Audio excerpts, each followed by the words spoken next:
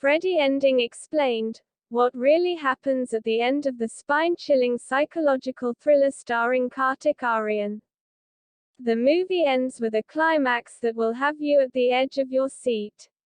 This movie's Kartik Aaryan gets experimental in Freddy. The titular character is bumbling, reclusive and obsessive, a far cry from Aaryan's usual debonair visage.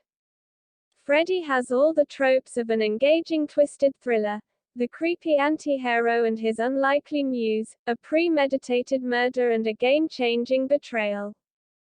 First, the premise. Dr. Freddy Ginwala, Aaryan, is a Parsi dentist whose only friend is a pet turtle named Hardy. Despite being socially awkward, he's singular and slightly delusional in his goal of finding a soulmate.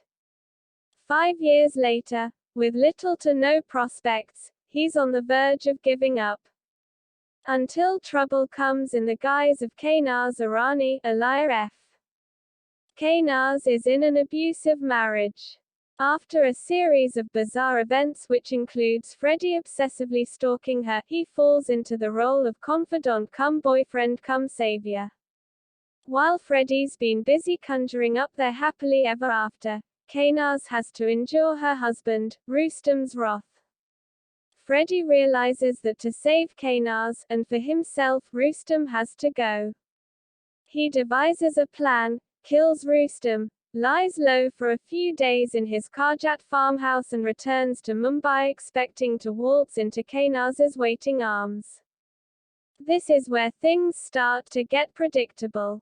By the time the door opens to reveal Kainaaz sons her demure smiles and traditional clothes, the audience has already guessed that she's played him. So the big reveal of her being the mastermind, using Freddy to get Rustom out of the way so she can take over his restaurant with typical gym bro boyfriend Raymond, falls decisively flat. As unimpressive as the twist may be, it is necessary for the movie to snake into its most thrilling part yet, Freddy's revenge. By the time the end of the movie comes about, we already know that Freddy is no stranger to violence. Other than him killing Rustom in cold blood, we learn that he had watched his father shoot his mother and then himself. This explains two things. First, why he's spent his life in a metaphorical self-made shell. A protective layering that unfortunately makes him the oddball in everyone's eyes. Second, that violence in the name of love was normalized for him at an extremely impressionable age. In many ways, his childhood tragedy sealed his fate. Kainaaz and Raymond don't realize the depth of his psychological scars. They underestimate him thinking he's weak and push all his buttons, unleashing holy hell on both his physical and mental being. But then they go ahead and do something irrevocable. They kidnap Hardy and turn him into turtle soup. Freddy snaps. In killing Hardy, they end up killing the final bit of humanity left in him. And with the same precision with which he tends to his patients, he starts to plan the annihilation.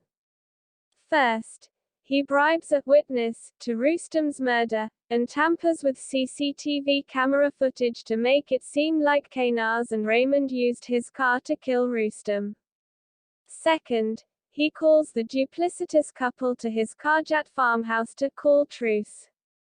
He asks them to carry a suitcase, so that when the police check the CCTV footage, they'll think the two are fleeing town. Freddy's plan is brilliant. His strength, as we now understand, lies in the fact that people have always underestimated him. He even hoodwinks them into thinking that he's carrying a loaded gun, and when Kainaaz intercepts and turns it on him, she's shooting blanks. But it's the final scene of the movie that will have you contemplating your next move to the dentist. Or thinking twice about screwing someone over, which may just be an underlying message about karma that you can take back from this. Freddy has Kainaaz and Raymond strapped to chairs with retainers holding their mouths open. He's donned doctor's robes and his eyes are empty.